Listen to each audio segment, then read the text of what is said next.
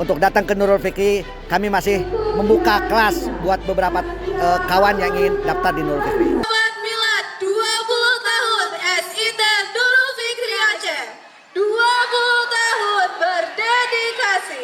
Tahun Nurul Fikri ini agar Nurul Fikri semakin maju, semakin jaya, semakin berkembang untuk di tahun-tahun berikutnya. Untuk masyarakat Aceh yang memiliki anak usia didik, usia SD, SMP maupun SMA, agar segera untuk mendaftar dan memasukkan anaknya ke Nurul Fikri, karena di Nurul Fikri kita tidak hanya belajar ilmu pendidikan tapi juga menempa karakter yang islami.